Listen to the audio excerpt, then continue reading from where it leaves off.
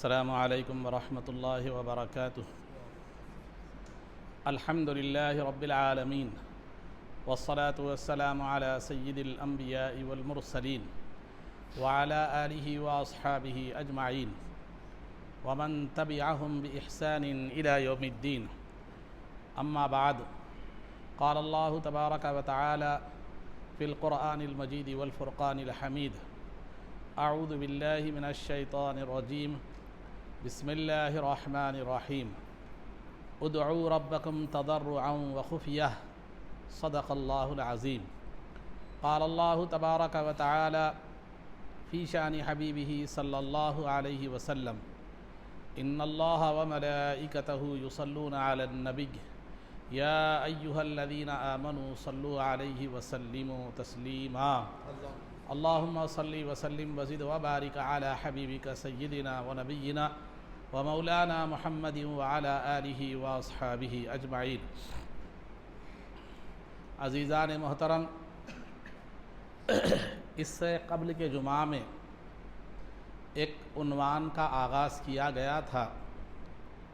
وہ عنوان تھا کہ ہمارے یعنی حنفی حضرات جو امام اعظم ابو حنیفہ رضی اللہ تعالیٰ عنہ کے مقلد ہیں، پیروی کرنے والے ہیں، حنفی حضرات اور غیر مقلد یعنی اہل حدیث حضرات کے درمیان جو مسائل میں اختلاف ہے اور جن مسائل میں اختلاف پایا جاتا ہے، اس کی وضاحت اور اس کا حقیقی مطلب کیا ہے، اس تعلق سے بات شروع کی گئی تھی۔ گزشتہ جمعہ رفع یدین کے عنوان سے بات بیان کی گئی تھی کہ رفع یدین کی احادیث کیا ہیں، کیا ہے، ناسخ منسوخ ہے اور اس کا حکم باقی نہیں ہے، اور سرکار کے بعد خلفائے راشدین کے درمیان جو عمل رہا ہے وہ رفع یدین کا نہیں رہا۔ رفع یدین کس کو کہتے ہیں اور اس کا کیا مطلب ہے، وہ تمام کی تمام وضاحت سابقہ جمعہ میں آپ کے سامنے کر دی گئی۔ اب رہا دوسرا مسئلہ جو ہمارے اور غیر مقلد یعنی اہل حدیث حضرات کے درمیان ہے، وہ ہے مسئلہ تأمین بالجہر کا۔ تأمین بالجہر کا مطلب کیا ہے؟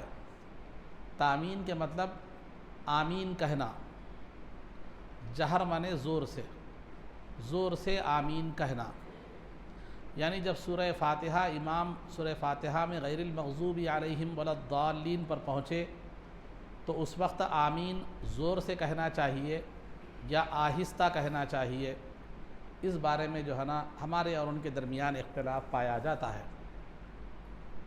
اس مسئلے میں جو ہے ائمہ اکرام کا بھی عمل رہا ہے۔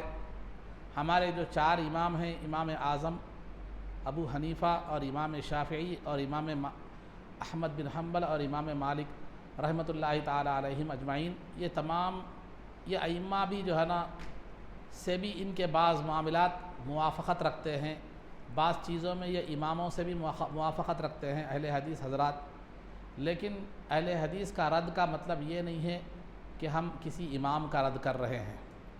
اہل حدیث کا مطلب یہ ہے کہ رد کا مطلب صرف اہل حدیث کا رد ہے اگر کسی امام کا قول ان کے اس قول سے موافقت رکھتا ہے تو امام کا رد نہیں ہے بلکہ اہل حدیث حضرات کا رد ہے۔ یہ بات ذہن نشین فرما لیں۔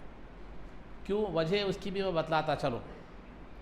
اس کی وجہ یہ ہے کہ چاروں جو ہمارے امام ہیں، پہلے تو شریعت کا قاعدہ ہے، اصول ہے کہ جس آدمی کے اندر، یہ شریعت کا بھی قاعدہ ہے اور فطرت کا بھی قاعدہ ہے، کہ جس آدمی کے اندر قرآن و حدیث سے مسائل نکالنے کی صلاحیت نہیں ہے، جو آدمی اس درجے اس قابل نہیں ہے کہ وہ قرآن و حدیث سے مسائل کو نکال سکے، قرآن مجید سے قرآن و حدیث سے مسائل نکالنے والے کو مجتہد کہتے ہیں، اور مجتہد کے لیے تقریباً 60 علوم پر حاوی ہونا ضروری ہے۔ تفسیر کا علم، اصول تفسیر کا علم، حدیث کا علم، اصول حدیث کا علم، پھر جو ہے نا بلاغت، نحو، صرف، ہر چیز کا ایسے کئی علوم ہیں جس پر پورے طور پر تھرو اور ماہر ہونا ضروری ہے مجتہد کے لیے۔ تو جو آدمی مجتہد ہوتا ہے، قرآن و حدیث سے مسائل نکالنے کی صلاحیت رکھتا ہے، اس کے لیے کسی امام کی تقلید ضروری نہیں ہے۔ لیکن ایک عام آدمی کے لیے جو یہ صلاحیت نہیں رکھتا، اس کے لیے جو ہے کسی نہ کسی امام کو، مجتہد درجے کا جو امام ہے اس کو ماننا، اس کی تقلید کرنا اور اس کے بتائے ہوئے راستے پر چلنا، یہ ایک عام آدمی کے لیے ضروری ہے، ورنہ گمراہی کا اندیشہ ہے۔ تو لہذا اب عوام پوری کی پوری تو مجتہد نہیں ہوتی، اکثریت عوام کی جو ہے نا وہ لا علم ہوتی ہے، یا عالم بھی ہوتا ہو، یہ عالم مجتہد کے درجے کو نہیں پہنچ سکتا۔ علماء بھی جو ہے، علماء ہیں، مفتیان اکرام ہیں، یہ بھی مجتہد کا درجے کو نہیں پہنچ سکتے، یہ عالم ہیں۔ ایک عوام ہے، ایک علماء ہے، علماء میں بھی ہر عالم جو ہے نا مجتہد نہیں ہوتا، ہر مفتی مجتہد نہیں ہوتا، بلکہ ہر اولیاء اللہ نے بھی جو ہے نا کسی نہ کسی امام کی پیروی اور اتباع کی ہے۔ غوث پاک رضی اللہ تعالیٰ عنہ، خواجہ معین الدین چشتی رحمۃ اللہ تعالیٰ نے، انہوں نے بھی دائرہ قرآن و حدیث سے مسائل نہیں نکالے، بلکہ کسی نہ کسی امام کو کیا کیا ہے، فالو جو ہے نا کیا ہے۔ تو بہرحال عزیزان محترم، تو ایک عام آدمی کے لیے، بلکہ عالم کے لیے بھی جو قرآن و حدیث سے مسائل نکالنے کی صلاحیت نہیں رکھتا، اس کے لیے بھی کسی نہ کسی امام کو فالو کرنا، کسی ایک امام کی تقلید کرنا، اتباع کرنا اس کے لیے کیا ہے، واجب ہے، اس سے ہٹ کر چلنا گمراہی ہے۔ تو لہذا اب جو ہے نا امام اہل حدیث حضرات کا یہ نظریہ ہے کہ ہم کسی بھی امام کو نہیں مانتے، کسی بھی امام کی تقلید ہم نہیں کرتے، ہم دائرہ قرآن اور حدیث سے کیا کرتے ہیں، جو ہے نا معاملات کو طے کرتے ہیں، قرآن و حدیث کے احکام پر اس کو سے جو ہے نا ہم کیا کرتے ہیں، پر عمل کرتے ہیں، جو ایک عام ظاہر سی بات ہے۔ جتنے بھی غیر مقلد حضرات ہیں اس میں کوئی مجتہد تو نہیں ہے جو قرآن و حدیث سے مسائل نکالنے کی صلاحیت رکھتا ہو، تو وہ ظاہری حدیث پر کیا کرتے ہیں، عمل کرتے ہیں، اور ظاہری حدیث پر عمل کو معنی نکال لیے، مطلب نکال لیے، پھر اس پر جو ہے نا عمل کر لیے، تو اس میں گمراہی کا زیادہ اندیشہ ہے، کیونکہ قرآن و حدیث کے بعض باتیں ایسی، بعض آیتیں، بعض احادیث ایسی ہوتی ہیں جو بالکل واضح ہوتی ہیں، جس کا مطلب آپ پڑھ کر سمجھ لے سکتے ہیں، لیکن بعض الفاظ الگ ہوتے ہیں، معنی الگ ہوتے ہیں، بعض کا موقع اور محل کیا ہوتا ہے، بعض الفاظ عام ہوتے ہیں لیکن مطلب خاص ہوتا ہے، بعض احادیث یا آیات کیا ہوتی ہے، ان کا حکم ختم ہو چکا ہوتا ہے، یہ تمام چیزوں کا انہیں علم کیا ہوتا ہے، نہیں ہوتا۔ اس میں کئی طرح کے علوم کی، کب نازل ہوئی، کیسے نازل ہوئی، کیسے موقع پر نازل ہوئی، کیا وہ حکم سب کے لیے عام ہے یا کسی کے لیے خاص ہے۔ جیسے پیشاب پینے کا حکم ہے، پیشاب پینے کا حکم، بعض قبیلے والے آئے تھے سرکار کے پاس، پیشاب مدینے میں آئے، پیٹ میں درد ہوا تو سرکار نے انہیں اونٹ کی پیشاب پینے کا حکم فرمایا، تو یہ حکم ہر ایک کے لیے نہیں بلکہ ان کے لیے خاص تھا۔ تو ایسی کئی حدیثیں ہوتی ہیں جن کا ظاہری الفاظ الگ ہوتے ہیں، معنی الگ ہوتے ہیں، موقع الگ ہوتا ہے، محل الگ ہوتا ہے، وہ بسا اوقات عام ہوتی ہے، ہر ایک کے لیے ہوتے ہیں، بسا اوقات کیا ہے، خاص لوگوں کے لیے کیا ہوتی ہے۔ تو یہ تمام تر چیزوں کا علم مجتہدین اکرام کو ہوتا ہے، تو لہذا ایک آدمی کے لیے سیف سائٹ یہ ہے کہ وہ کسی نہ کسی مجتہد کی کیا کر لے، پیروی کر لے، اور اپنے طور پر قرآن و حدیث کو سمجھنے کا دعویٰ کرنا یہ گمراہی ہے۔ تو لہذا اہل حدیث حضرات جو ہے کیا ہے، یہ کسی امام کو نہیں مانتے، کسی امام کی پیروی نہیں کرتی، کسی مجتہد کی پیروی نہیں کرتے، بلکہ ان کا دعویٰ ہے کہ ہم قرآن و حدیث سے کیا کرتے ہیں، عمل کرتے ہیں، قرآن و حدیث پر عمل کرتے ہیں، کسی امام کی بات کو ہم نہیں مانتے۔ لیکن انہیں یہ بات اس کی سمجھ نہیں ہے کہ امام کی بات امام کی ذاتی بات نہیں ہوتی، بلکہ وہ قرآن و حدیث کا نچوڑ ہوتا ہے، اور قرآن و حدیث کا حقیقی مفہوم کیا ہے معلوم، وہ امت کے سامنے کیا کرتے ہیں، رکھتے ہیں۔ تو وہ بھی قرآن و حدیث کی بات ہی کہہ رہے ہیں، اور یہ بھی کیا کر رہے ہیں، قرآن و حدیث پر عمل کرنے کا دعویٰ کر رہے ہیں، لیکن وہاں وہ اس درجے قابل ہیں قرآن و حدیث سے مسائل نکالنے کی، اس درجے صلاحیت رکھتے ہیں کہ وہاں گمراہی کا شائبہ نہیں ہے، وہاں بھٹکنے کی گنجائش جو ہے نا نہیں ہے، بلکہ انتہا تو یہ ہے، بخاری شریف کی حدیث ہے کہ اگر مجتہد اگر کسی مسئلے میں غلطی کر بیٹھے، کوشش کرے، غلطی کر بیٹھے تو بھی اسے ایک ثواب ہے کوشش کا۔ اذا حکم الحاکم فاجتہد ثم اصاب فلہ اجران، اذا حکم الحاکم فاجتہد ثم اخطأ فلہ اجر واحد، اور کما قال علیہ الصلوۃ والسلام، کہ جو ہے نا جب کوئی حاکم ہو یا کوئی مجتہد ہو، اگر اپنے طور پر قرآن و حدیث کو پیش نظر رکھ کر کوئی مسئلہ نکالتا ہے اور اس میں اسے درستگی کو پہنچ جاتا ہے، یعنی درست طور پر مسئلہ کی غلطی نہیں ہوتی، صحیح مسئلہ نکالتا ہے، تو اس کو 2 اجر ہیں، ایک محنت کرنے کا اور دوسرا جو ہے نا وہ صحیح مسئلے کو درستگی تک پہنچنے کا۔ اور اگر غلطی کر جاتا ہے کوئی مجتہد تو غلطی جو ہے نا اس کو 1 اجر ملتا ہے، گناہ نہیں ہوتا، 1 اجر ملتا ہے، وہ کیا ہے، کوشش کرنے کا اجر ملتا ہے۔ تو اگر ولو بالفرض مان لیجئے ہمارے ائمہ میں سے کسی امام نے قرآن و حدیث کو پیش نظر رکھ کر محنت کی، کوشش کی، جد و جہد کی، ایک مسئلہ نکالا انہوں نے، اور اگر انہوں نے اس میں غلطی بھی کی تو اس پر ان کو ایک ثواب ہے، اگر ہم نے اس غلطی پر عمل بھی کیا تو پھر ہمارے لیے کیا ہے معلوم بھی ثواب کا اللہ کی ذات سے امید ہے، کیونکہ اللہ غلطی کرنے والے مجتہد پر کیا کر رہا ہے جو ہے نا اس کو ایک ثواب عطا فرما رہا ہے، اور ہم اس مجتہد کو تسلیم کرتے ہوئے اس کے علم پر بھروسہ اور اعتماد کرتے ہوئے ہم اس پر عمل کر رہے ہیں تو ہمیں بھی کیا ہے معلوم ہے ایک ثواب کیا ہوتا ہے جو ہے نا ملتا ہے۔ تو یہ جو ہے مجتہد پر عمل کے قول پر عمل کرنے کا فائدہ ہے۔ اب رہا جو لوگ مجتہد نہیں ہیں، جو قرآن و حدیث سے مسائل نکالنے کی صلاحیت نہیں رکھتے، اور جو قرآن و حدیث سے مسائل نکالنے کا جو ہے نا ویسا اتنی صلاحیت اتنا علم نہیں رکھتے، تو پھر اگر وہ غلطی کریں یا نہ کریں دونوں صورتوں میں بھی کیا ہے معلوم گمراہ ہے، وہ دونوں صورتوں میں بھی گمراہ ہے، کیونکہ شریعت کا حکم یہ ہے کہ آپ جو ہے جو اگر مجتہد نہیں ہے، قرآن و حدیث سے مسائل نکالنے کی صلاحیت نہیں رکھتے، تو آپ کی ذمہ داری ہے کہ آپ کسی مجتہد کی پیروی کریں، کسی قرآن و حدیث سے مسائل نکالنے کی صلاحیت رکھنے والے جو ہے نا امام کی کیا کریں پیروی کریں، کیونکہ جو ہے نا قرآن میں ہے وہ جو ہے نا قرآن کریم میں خود اس کے احکامات جو ہے نا موجود ہے کہ وَإِذَا جَاءَهُمْ أَمْرٌ مِّنَ الْأَمْنِ أَوِ الْخَوْفِ أَذَاعُوا بِهِ وَلَوْ رَدُّوهُ إِلَى الرَّسُولِ وَإِلَى أُولِي الْأَمْرِ مِنْهُمْ لَعَلِمَهُ الَّذِينَ يَسْتَنبِطُونَهُ مِنْهُمْ۔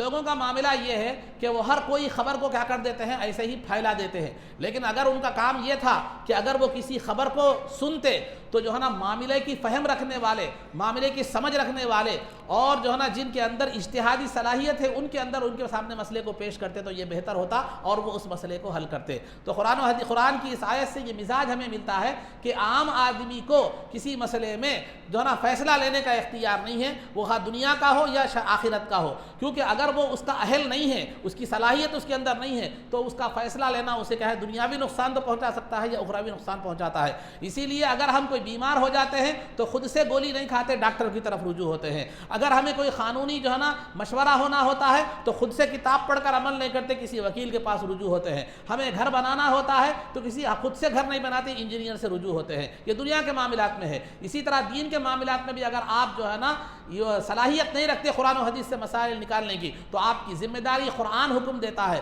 کہ آپ کیا کریں، اجتہادی صلاحیت رکھنے والے جو لوگ قرآن و حدیث سے مسائل نکالنے کی صلاحیت رکھتے ہیں ان کی طرف کیا کرو رجوع ہو، اور وہ لوگ چار ہیں۔ ویسے مجتہد بہت ہیں، لیکن یہ چاروں بہت سے لوگوں نے، بہت سے علماء نے قرآن و حدیث سے مسائل کو نکالا، لیکن ان کے مسائل مکمل طور پر مدون نہیں ہے، ان کے مسائل مکمل طور پر جو ہے نا وہ تحریر میں نہیں لائے گئے، بلکہ یہ چار امام ایسے ہیں جن کے پورے مسائل تحریر میں لائے گئے۔ زندگی کے ہر طبقے میں آپ کو جو ہے نا وہ مسائل ملیں گے۔ تو بہرحال میں بتانا یہ چاہتا ہوں کہ اگر اہل حدیث حضرات کے جس مسئلے کا ہم رد کر رہے ہیں، اگر وہ کسی امام کی تائید میں بھی آتے ہیں تو ہم امام کا رد نہیں کر رہے ہیں، بلکہ وہ صاحب غیر مخلد جو اہل حدیث حضرات ہیں ان کا رد مقصود ہے، کیونکہ ان کا جو ہے یہ جو مسئلہ یہ لوگ بول رہے ہیں یہ صرف قرآن و حدیث کے ترجمے کی بنیاد پر بول رہے ہیں، ظاہری حدیث ظاہری آیت کی بنیاد پر بول رہے ہیں۔ یہ ایک کمپاؤنڈر دوا تجویز کر رہا ہے، اور ہم جس کو مان رہے ہیں وہ ایک ڈاکٹر ہے باضابطہ۔ تو لہذا یہ ایک کمپاؤنڈر کا رد ہے، ڈاکٹر کا رد نہیں ہے، یہ سمجھے، کیونکہ ڈاکٹر کی اپنی ایک تحقیق ہوتی ہے، اپنا ایک علم ہوتا ہے، اپنا ایک جو ہے نا تجربہ ہوتا ہے، تو یہ اس کی ائمہ کا رد نہیں ہے۔ تو لہذا اس مسئلے میں بھی یعنی زور سے آمین کہنا، جو ہمارے پاس مسجدوں میں سورہ فاتحہ میں ولضالین کہنے پر زور سے آمین کہا جاتا ہے، تو ولضالین میں بھی جو ہے نا غیر مخلد اہل حدیث حضرات کیا کہتے ہیں کہ ولضالین کے مسئلے میں بھی جو ہے نا ائمہ کی اہل حدیث حضرات بعض جو ہے نا معاملات میں ائمہ کے جو ہے نا کہ موافق ہیں۔ تو لہذا اگر اہل حدیث کا رد ہوتا ہے تو یہ امام کا رد نہیں ہے، یہ بات اچھی طرح سمجھ لیں۔ اب اس کے بعد آئیے تفصیل سے میں بات رکھتا چلو مختصر طور پر کہ بات اس میں علمی تحقیقیں بہت ہیں، لیکن عام بات جو آپ سمجھ سکتے ہیں وہ بولوں گا میں۔ آمین، زور سے آمین کہنا، دیکھیے سب سے پہلی بات تو یہ ہے کہ اگر کوئی آدمی تنہا نماز پڑھتا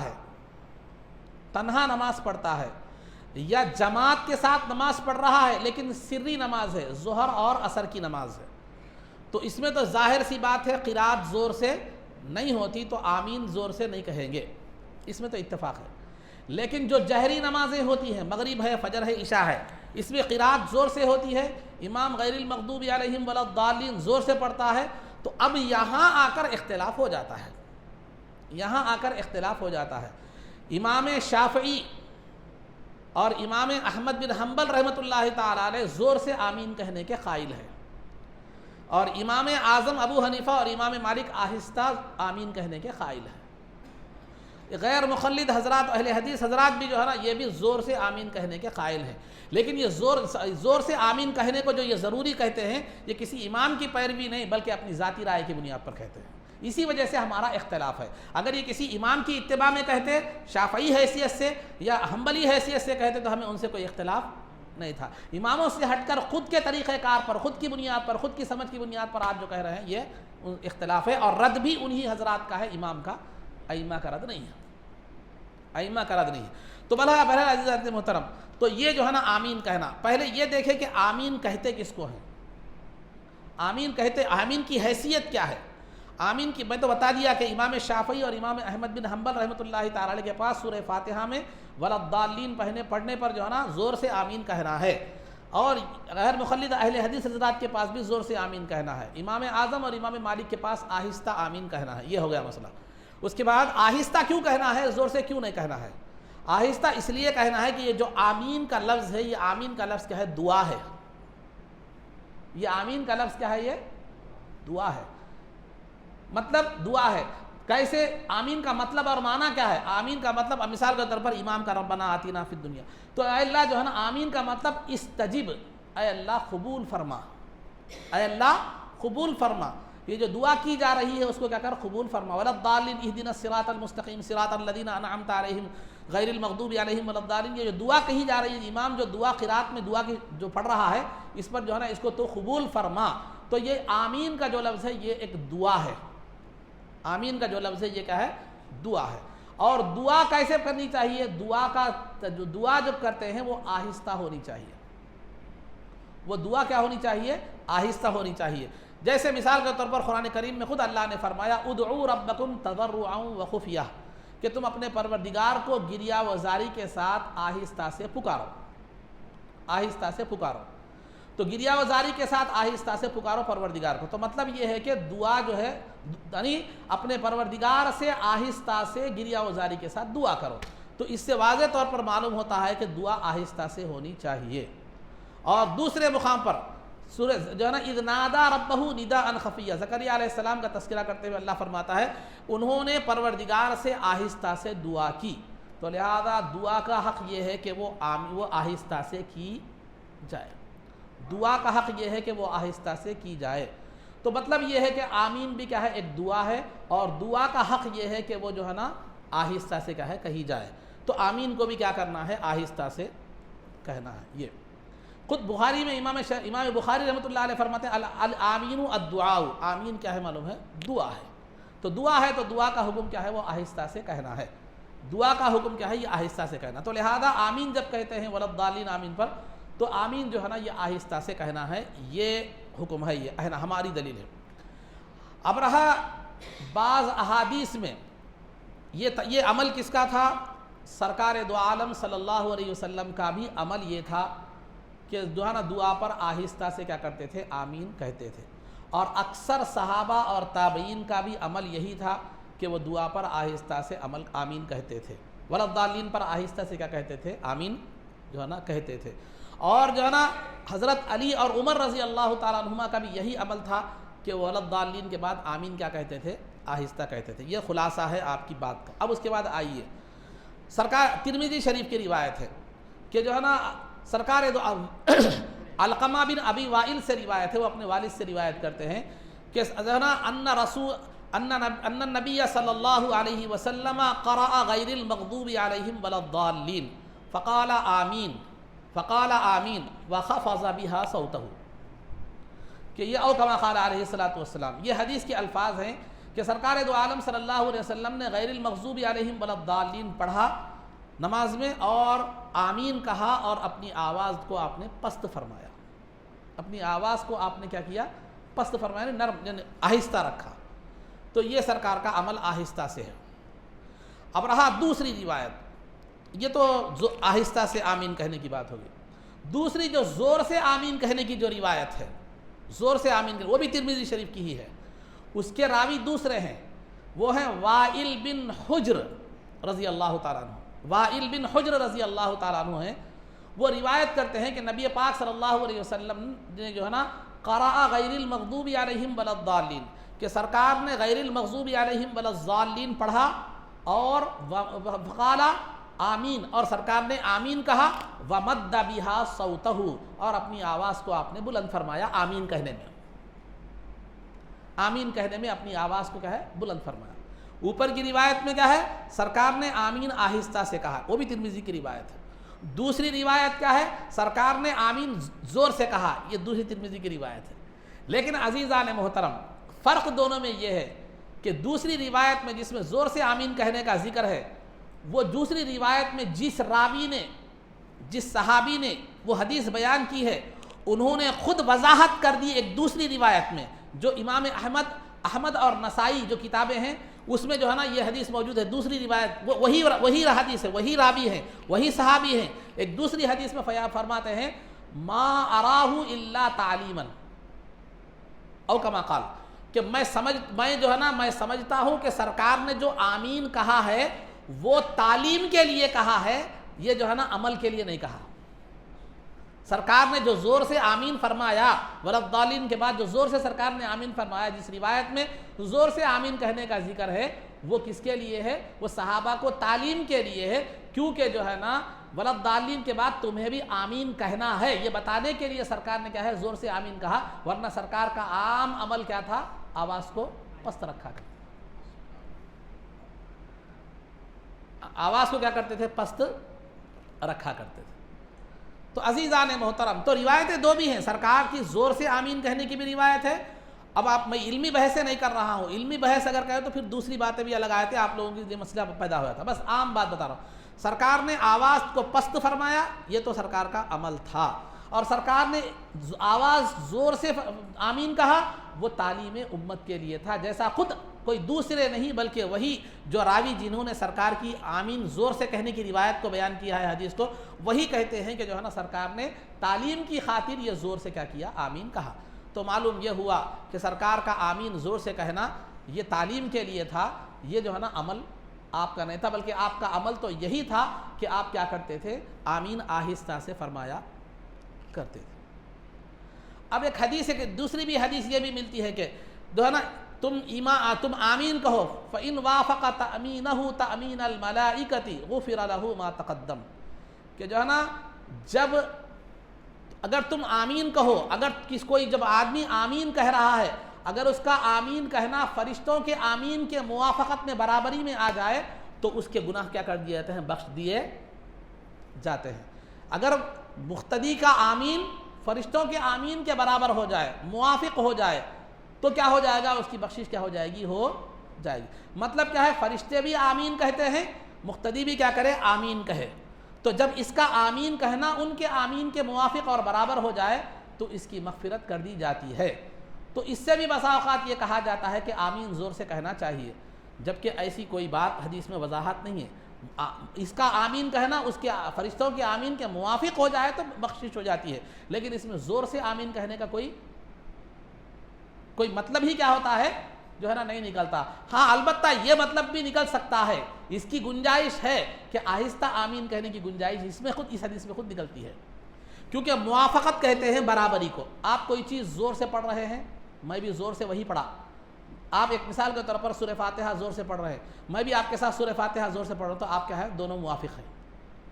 اگر سورہ فاتحہ آپ بھی پڑھ رہے ہیں، میں بھی پڑھ رہا ہوں، تو وہ آپ آہستہ سورہ فاتحہ پڑھ رہے ہیں، میں بھی سورہ فاتحہ آہستہ پڑھ رہا ہوں، تو پڑھنے میں دونوں موافق ہیں، آواز میں بھی موافق ہیں، پڑھنے میں بھی آپ بھی آہستہ پڑھ رہے ہیں، میں بھی آہستہ پڑھ رہا ہوں، یہاں پڑھنے میں دونوں موافق ہیں، آواز میں بھی موافق ہیں۔ اگر زور سے پڑھ رہا ہوں، آپ جو پڑھ رہے ہیں میں بھی زور سے پڑھ رہا ہوں، تو یہاں آواز میں بھی موافقت ہے، صورت میں بھی موافقت۔ اب جہاں فرشتوں سے موافقت کی بات جہاں تک ہے، تو فرشتے اب جو ہے نا پڑھ رہے ہیں، فرشتے بھی آمین کہتے ہیں اور آپ کو بھی آمین کہنے کا حکم ہے، تو موافقت کب ہوگی؟ موافقت زور سے بھی ہو سکتی ہے اور موافقت آہستہ میں بھی ہو سکتی ہے، لیکن یہاں موافقت زور سے ممکن نہیں ہے، کیونکہ فرشتوں کی آواز آپ کو آ ہی نہیں رہی ہے، تو پھر موافقت بالجہر کہاں ہو گئی؟ زور سے آواز میں موافقت نہیں ہوئی، تو ظاہر سی بات ہے تو فرشتوں کی آواز نہیں آ رہی آپ کو تو آواز میں موافقت مقصود نہیں ہے، بلکہ فرشتوں کی آمین تمہاری آمین سے مل جائے تو جو ہے نا وہ تمہاری مغفرت ہو جاتی ہے۔ آواز میں موافقت نہیں ہے بلکہ پڑھنے میں کیا ہے معلوم ہے موافقت ہے، تو لہذا وہاں جہر کا زور سے آمین کہنے کا سوال ہی پیدا نہیں۔ بات سمجھ میں آ رہی ہے آپ کو؟ بات سمجھ میں آ رہی؟ تو فرشتوں سے کسی کی بھی موافقت جو ہوتی ہے پڑھنے میں آواز میں، پڑھنے میں آواز میں، تو پڑھنے میں اگر آپ زور سے سورہ فاتحہ پڑھ رہے ہیں، میں بھی زور سے سورہ فاتحہ پڑھ رہا ہوں، تو پڑھنے میں بھی موافقت ہو گئی اور آواز میں بھی موافقت ہو گئی۔ اگر آپ آہستہ سورہ فاتحہ پڑھ رہے ہیں، میں بھی آہستہ سے سورہ فاتحہ پڑھ رہا ہوں، تو جو ہے نا پڑھنے میں بھی موافقت ہو گئی اور آواز میں بھی موافقت ہو گئی۔ اگر آپ آہستہ سورہ فاتحہ پڑھ رہے ہیں، میں زور سے سورہ فاتحہ پڑھ رہا ہوں، تو جو ہے نا پڑھنے میں تو موافقت ہو گئی، آواز میں موافقت نہیں ہوئی۔ تو فرشتوں کی آواز تو آپ کو سنائی نہیں دے رہی، ان کا آمین تو آپ کو سنایا نہیں دے رہا، بلکہ فرشتے تو آپ کے حق میں فرشتے آہستہ ہی آمین کہہ رہے ہیں، آپ کے حق میں تو فرشتے کیا ہے آہستہ ہی آمین کہہ رہے ہیں، تو لہذا آپ کے لیے بھی یہ ہے کہ آپ بھی کیا کریں آہستہ آمین کہیں۔ اسی میں فرشتوں کی کیا ہے معلوم موافقت ہے، اسی میں فرشتوں کی کیا ہے مطلب موافقت ہے۔ اگر آپ زور سے آمین کہتے ہیں تو پھر فرشتوں کی آواز سے آپ کی آواز موافق ہی نہیں ہو رہی ہے، کیونکہ فرشتے اگر آواز کرتے زور سے آمین کہتے، آپ ان کی آمین کو سنتے اور موافقت کرتے، تو پھر وہ ہوتا تھا آپ کی ان کی برابری اور موافقت ہوتی تھی، لیکن فرشتے تو زور سے آمین ہی نہیں کہہ رہے۔ تو بہرحال عزیزان محترم بتلانا یہ مقصود ہے، اور یہ جو صورت ہے یہ ائمہ کے درمیان، ہمارے اماموں کے درمیان جو یہ صورت ہے، امام شافعی، امام احمد بن حنبل اور ہمارے درمیان بھی یہ جو اختلاف ہے افضل اور غیر افضل کا اختلاف ہے۔ وہ کہتے ہیں زور سے کہنا افضل ہے، امام اعظم کہتے ہیں آہستہ کہنا افضل ہے۔ یہ ہمارے درمیان افضل، اگر کوئی شافعی آہستہ کہہ لے تو بھی کچھ گناہ نہیں ہے، اگر کوئی حنفی زور سے کہہ لے تو بھی بہتر نہیں ہے لیکن گناہ نہیں۔ یہ اماموں کا معاملہ ہے، اہل علم کا ہے، لیکن غیر مخلص حضرات اسی آمین زور سے نہ کہنے پر لان تان کر دیتے ہیں کس کو؟ حنفی حضرات کو۔ یہی فرق ہے مجتہد اور غیر مجتہد۔ بہت سے حدیثوں کے خلاف کرتے ہیں، بہت سے احناف جو ہے نا حنفی لوگ آمین نہیں بولتے، حدیثوں کے خلاف کرتے ہیں، ان کے پاس حدیث نہیں ہے، بغیر فلاں فلاں فلاں نہ جانے جو چاہے کہتے ہیں، کیونکہ یہ علم نہ ہونے کی دلیل ہے۔ یہاں امام شافعی، امام احمد بن حنبل جو آمین زور سے کہنے کے قائل ہیں، وہ کہتے ہیں کہ افضل ہے، اگر آہستہ بھی کہہ لے تو کوئی گناہ نہیں ہے، افضل کے خلاف اس نے عمل کیا ہے۔ امام اعظم کہتے ہیں آہستہ پڑھنا، اگر کوئی افضل ہے، آہستہ پڑھنا افضل ہے، اگر کوئی امام شافعی کی طرح زور سے پڑھ لے تو کوئی گناہ نہیں ہے، مگر بہتر یہ ہے کہ آہستہ پڑھے۔ یہ اہل علم کا معاملہ ہے۔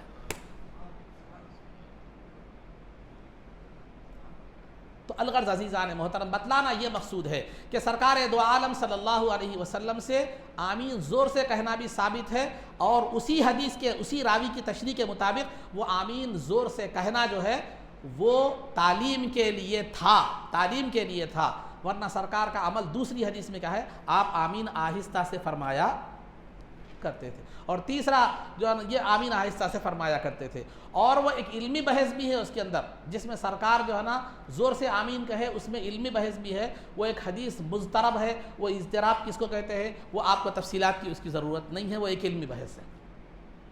تو خلاصہ گفتگو یہ ہے، خلاصہ گفتگو میں آپ کے سامنے، اگر آپ حنفی ہیں تو آپ کو آہستہ سے آمین ولضالین کے بعد سورہ فاتحہ کے بعد ولضالین جب کہے امام تو آپ کو آہستہ سے آمین کہنا ہے۔ اگر آپ حنفی نہیں ہیں، شافعی حنبلی ہیں، تو آپ جس امام کی پیروی کر رہے ہیں وہ آپ کریں۔ آپ اگر آمین آپ کو زور سے کہنا بہتر نہیں ہے، اگر آپ کہہ لیتے ہیں تو گناہ نہیں ہے، لیکن عادت اس کی نہیں بنانا ہے، کبھی غلطی سے کہہ دے تو ٹھیک ہے، کوئی گناہ نہیں ہے، غیر افضل ہے، لیکن افضل ہمارے پاس آہستہ سے ہی کہنا ہے، کیونکہ سرکار کا عمل یہی رہا ہے۔ یہ تھا خلاصہ آمین زور سے آمین کہنے کی گفتگو کا۔ اس میں بہت سی علمی تفصیلات ہیں، لیکن میں نے مختصر طور پر چند باتیں آپ حضرات کے سامنے جو ہے نا رکھ دی ہیں۔ بس یہ دو باتیں یہ آپ یاد رکھیے، خلفاء کا یہی عمل تھا۔ اور جو ہے نا امام طبرانی نے اعلاء السنن میں یہاں تک بھی لکھ دیا ہے کہ ان اکثر الصحابۃ والتابعین کانوا یخفون بها او کما قال، کہ جو ہے نا اکثر صحابہ اور تابعین آمین آہستہ کہا کرتے تھے، اکثر صحابہ اور تابعین آمین آہستہ سے کہا کرتے تھے۔ یہ بعض جو صحابہ تھے ان کا عمل ہوگا، ہمیں اس سے انکار نہیں ہے، لیکن اکثر کا جو عمل ہے وہ کیا ہے، آمین کو آہستہ سے کہنا ہے۔ اور اس پر ایک دوسرے کو لان تان کرنا تو یہ تو جہالت ہے، یہ تو علم بھی نہیں ہے، یہ تو جہالت ہے، یہ تو علم بھی نہیں ہے۔ ایک افضل غیر افضل چیز کو لے کر کسی فرقے کو، کسی تقلید کرنے والوں کو، حنفیوں کو خلاف حدیث عمل کر رہے ہیں، وہ کر رہے ہیں، یہ کر رہے ہیں، مختلف طرح کے الزامات لگانا، یہ جو ہے نا بالکل علم سے بے بہرا ہونے کے اور علم سے ناواقف ہونے کی یہ علامت ہے۔ تو یہ تھا آمین بالجہر کے حوالے سے کچھ خلاصہ۔ تو آپ کو کیا کہنا ہے؟ جو حنفی حضرات ہیں انہیں آہستہ جو ہے نا آمین کہنا ہے، اور جو اہل حدیث حضرات جو آمین نہ کہنے پر حنفی حضرات پر لعن طعن کہتے ہیں، ان کی جو خود حدیث ہے وہ حدیث جو ہے نا تعلیم کے لیے زور سے آمین کہا سرکار نے، ورنہ اس کے علاوہ جو آمین کی وہ حدیث کے علاوہ جتنی آمین کی حدیثیں ہیں وہ تقریباً تمام تر ضعیف ہے۔ اور یہ بھی حدیث میں نے بتایا علمی گفتگو کے حساب سے دیکھا جائے تو یہ حدیث بھی جو زور سے آمین کہنے کی ہے وہ بھی ضعیف ہے، مضطرب ہے۔ مضطرب کا مطلب وہ ایک ضعیف کے درجے میں ہی آتی ہے، وہ ایک اصطلاحی حدیث کی اصطلاح ہے۔ تو بہرحال عزیزان محترم، ایک بات یہ یہاں تک ہو گیا آمین کے تعلق سے۔ مسائل میں آپ حضرات کے سامنے جو ہے نا سجدہ سہو کے بارے میں بات بیان کی، سجدہ سہو کے مسائل میں آپ کے سامنے بیان کر رہا تھا کہ سجدہ سہو کن صورتوں میں نماز میں سجدہ سہو کیا ہوتا ہے؟ واجب ہوتا ہے۔ تو کچھ صورتیں بیان کی گئی تھی، کچھ صورتیں آگے بیان کی جائیں گی کہ اگر آپ قاعدہ اولا میں یعنی پہلے قاعدے میں اگر اتحیات پڑھتے ہی فوراً اگر نماز 3 رکعت والی یا 4 رکعت والی نماز ہے تو اسی کا پہلا قاعدہ ہوتا ہے، 2 رکعت والی نماز کا پہلا قاعدہ نہیں ہوتا۔ تو پہلے قاعدے میں اگر آپ کو کیا کرنا ہے؟ اتحیات پڑھتے ہی، تشہد پڑھتے ہی فوراً کیا کرنا ہے؟ تیسری رکعت کے لیے اٹھ کر کھڑا ہونا ہے۔ آپ جو ہے نا تیسری رکعت کے لیے اٹھ کر کھڑے ہونے کے بجائے غلطی سے بیٹھ گئے، غلطی سے کیا کریں؟ بیٹھ گئے تو پھر آپ کتنی دیر بیٹھے؟ اگر آپ اتنی دیر بیٹھے کہ اس مقدار اللہم صلی علی محمد اتنی دیر آپ بیٹھ گئے، یا اتنی دیر کیا کریں معلوم ہے؟ اتنا کلمہ آپ پڑھ لیے، غلطی سے درود شریف پڑھ لیے، یا اتنی دیر بیٹھ گئے، تو آپ نے تیسری رکعت میں جو کھڑا ہونا جو رکن تھا وہ رکن میں آپ نے کیا کر دی؟ تاخیر کر دی۔ تاخیر رکن کی وجہ سے آپ پر سجدہ سہو کیا ہوگا؟ واجب ہوگا۔ سجدہ سہو کیا ہوگا؟ واجب ہوگا۔ اگر کوئی آدمی رکوع میں کیا کرنا ہے؟ تسبیح پڑھنا ہے، سجدے میں کیا کرنا ہے؟ تسبیح پڑھنا ہے، قوما یعنی رکوع سے اٹھنے کے بعد جو کھڑے ہوتے ہیں اس میں کچھ بھی پڑھنا نہیں ہے، اور جلسہ دونوں سجدوں کے درمیان جو بیٹھتے ہیں اس میں بھی کچھ بھی پڑھنا نہیں ہے۔ تو ان میں اگر سورہ قرآن کی کوئی آیت پڑھ لے، رکوع اور سجدے میں جہاں تسبیح پڑھنا ہے تسبیح کے بجائے قرآن پڑھ لے، اور قومے اور جلسے میں جہاں کچھ بھی پڑھنا نہیں ہے وہاں کیا کر لے؟ قرآن پڑھ لے، تو لہذا اس کے لیے سجدہ سہو اس پر کیا ہو جائے گا؟ واجب ہو جائے گا۔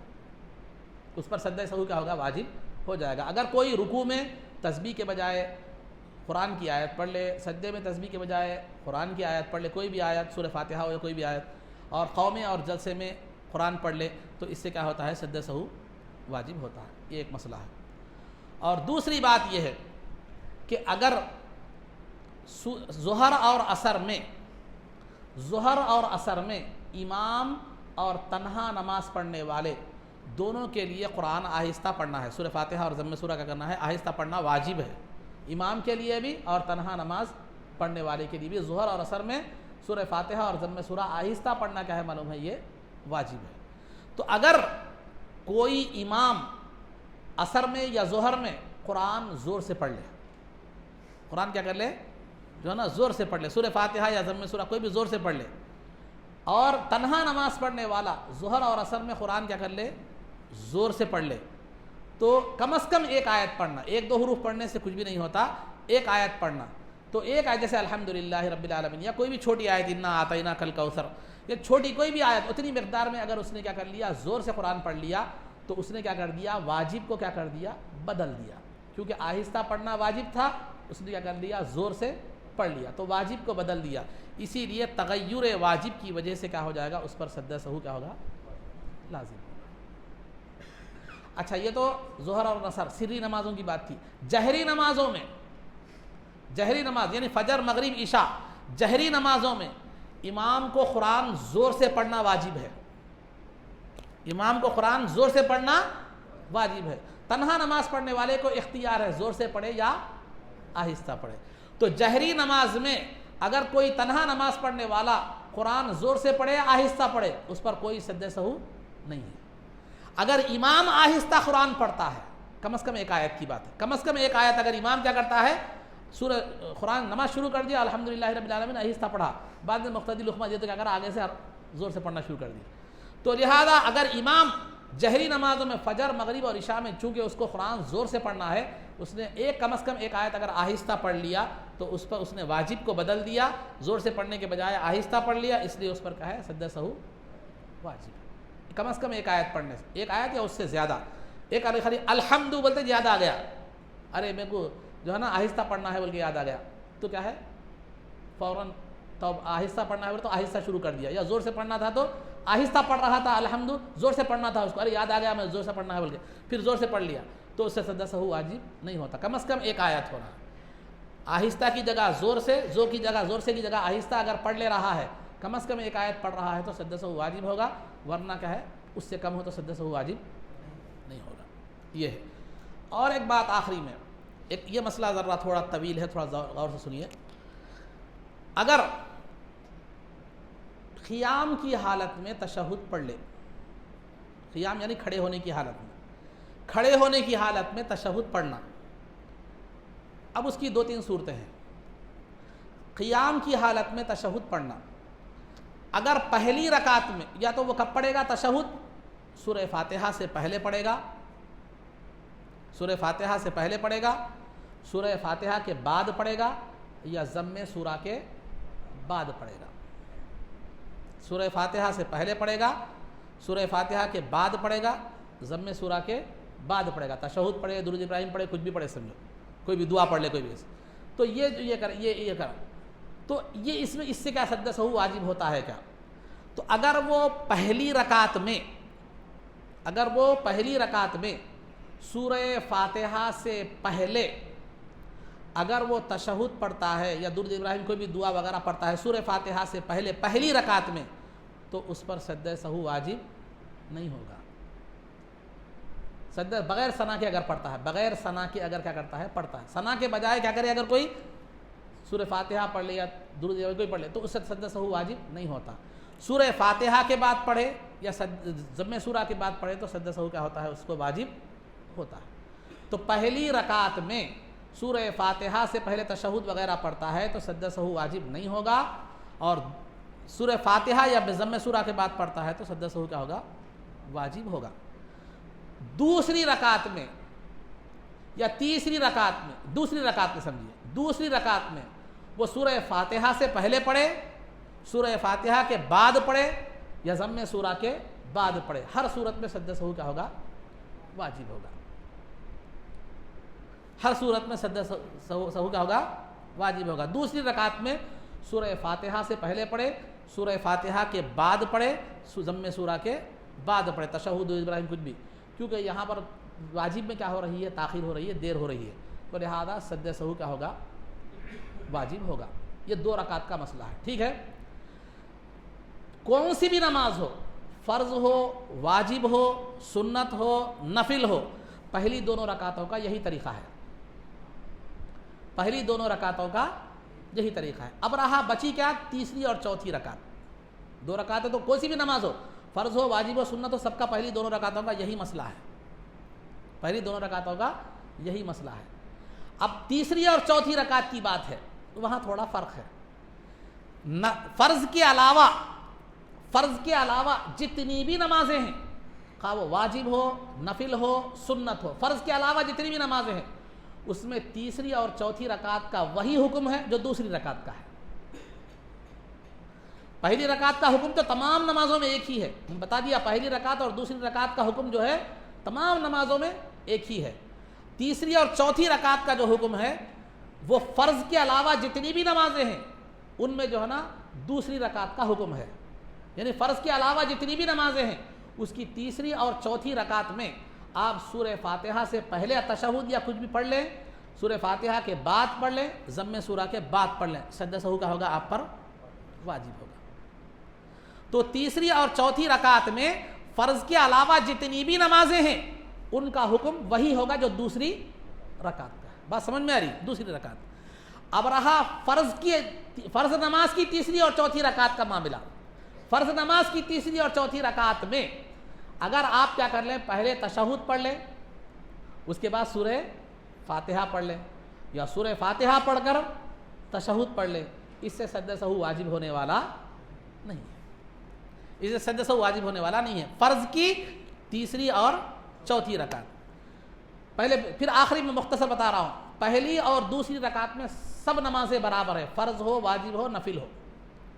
تیسری اور چوتھی رکعت میں فرض کے علاوہ جتنی بھی نمازیں ہیں ان کا حکم دوسری رکعت کا ہے، اور فرض نماز کی تیسری اور چوتھی رکعت کا حکم کیا ہے کہ اس میں آپ سورہ فاتحہ سے پہلے تشہد پڑھیں، بعد میں پڑھیں، کیسا بھی پڑھیں، اس میں سجدہ سہو واجب نہیں ہوگا۔ یہ ہے مسئلے کا خلاصہ۔ تو سجدہ سہو کے تعلق سے تین باتیں آپ کو جو صورتیں پیش آ سکتی ہیں سجدہ سہو کی، وہ تین باتیں آپ حضرات کے سامنے جو ہے نا بیان کی گئی۔ تو یہ تھا مسائل میں۔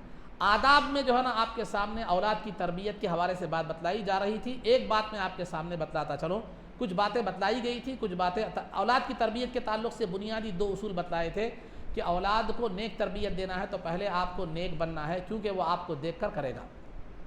دوسرا، تربیت میں اولاد بچے میں ایک بڑائی کا جذبہ ہوتا ہے، اور اس کی تربیت ایسے انداز میں کرنا ہے اس کے بڑائی کو ٹھیس پہنچے بغیر کیا کرنا ہے، اس کو تربیت کرنا ہے۔ اس کی تفصیل میں نے پیچھے بیان کی ہے، کنٹینیوشن کے واسطے، تسلسل کے واسطے میں بتا رہا ہوں۔ تیسری بات یہ ہے کہ اگر کسی کے گھر میں کسی کو اولاد نہ ہو تو وہ اللہ رب العزت سے کیا کرے، نیک اور صالح اولاد کے لیے دعا کرے۔ قرآنی آیات بھی ہیں، ربی حب لی من الصالحین ہے، ربنا حب لنا ربی حب لی من الصالحین، یہ قرآن کی آیت ہے۔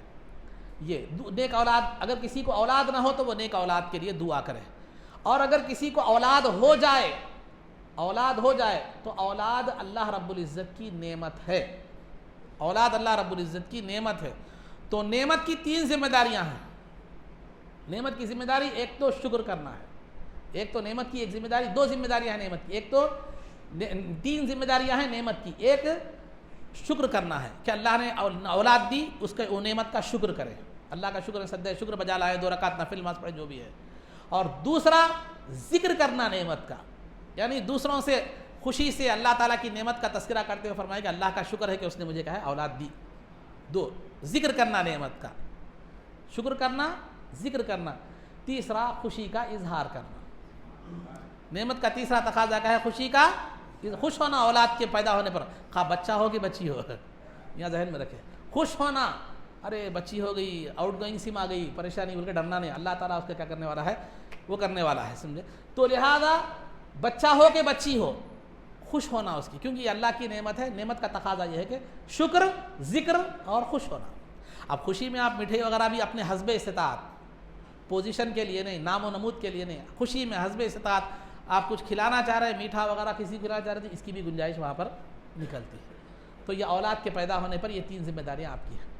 اور تیسری بات جو ہے نا یہ ہے، اور تیسرا تو اولاد پیدا ہوتے ہی یہ تین اللہ کی نعمت ہے، نعمت کی یہ تین جو ہے نا معاملات ہیں۔ اور اولاد اگر آپ کی حالت ٹھیک نہیں ہے، مالی پوزیشن آپ کی ٹھیک نہیں ہے تو غمزدہ مت ہوں، بچہ میرے پاس پہلے آمدنی نہیں ہے اور ایک آ گیا بول کے غمزدہ نہ ہو، بلکہ اللہ اس کو رزق دینے والا ہے، وہ اپنا رزق ساتھ لاتا ہے۔ ہو سکتا ہے کہ اس کے قدم سے آپ کی دلندراگی دور ہو جائے، سمجھے؟ ایسا بھی ہوتا ہے، ایسے بھی واقعات ہیں۔ تو لہذا رزق دینے والے اللہ ہے، آپ کو فکر کرنے کی ضرورت نہیں، آپ کا کام صرف محنت کرنا ہے۔ یہ بات کا خاص طور پر لحاظ رکھیں۔ اور خاص طور پر آخری میں ایک وظیفے کے طور پر ایک بات بتاتا چلوں میں آپ کو کہ عورت جب حاملہ ہو تو حمل کے دوران ولادت سے پہلے اسے سورہ مریم پڑھ کر جو ہے نا پانی پر دم کر کے پلاتے رہیں، یہ ولادت سے پہلے، انشاءاللہ ڈیلیوری میں آسانی ہو جائے گی۔ موضوع کے تعلق سے ہے، بتا دے رہا ہوں ضمن بات۔ اور اگر عورت کی عین ولادت کا وقت آ گیا، بالکل عین بچے کی پیدائش کا وقت آ گیا، تو سورہ فلق یعنی قل اعوذ برب الفلق، قل اعوذ برب الناس، آیت الکرسی، اللہ لا الہ الا هو الحی القیوم، اور سورہ اعراف کی آیت نمبر 54-55 پڑھ کر اس پر پھونکے، یا وہ پانی پینے کی موقف میں ہے تو پانی پر دم کر کے کیا کر دے، پلا دے، انشاءاللہ اس سے بھی آپ کو اولاد کی پیدائش میں آسانی ہوگی۔ یہ چند باتیں آداب کے حوالے سے میں نے آپ حضرات کے سامنے بیان کی، انشاءاللہ دیگر باتیں آگے بیان کی جائیں گی۔ اللہ رب العزت سے دعا ہے کہ جو کچھ کہا گیا اس پر عمل کی توفیق رفیق عطا فرما، عزت و عافیت کی زندگی دے، اور ایمان پر ہمارا خاتمہ فرما، رسول پاک صلی اللہ علیہ وسلم کے قدموں میں ہمارا حشر فرما، آپ کی شفاعت عظمیٰ سے ہم کو بہرور فرما، آپ کے دست مبارک سے جام کوثر پینا نصیب فرما، جنت میں آپ کی غلامی، معیت اور رفاقت نصیب فرما۔ صلی اللہ تعالی وسلم علی خیر خلقہ سیدنا محمد و آلہ و صحبہ اجمعین برحمتک یا ارحم الراحمین والحمد للہ رب العالمین۔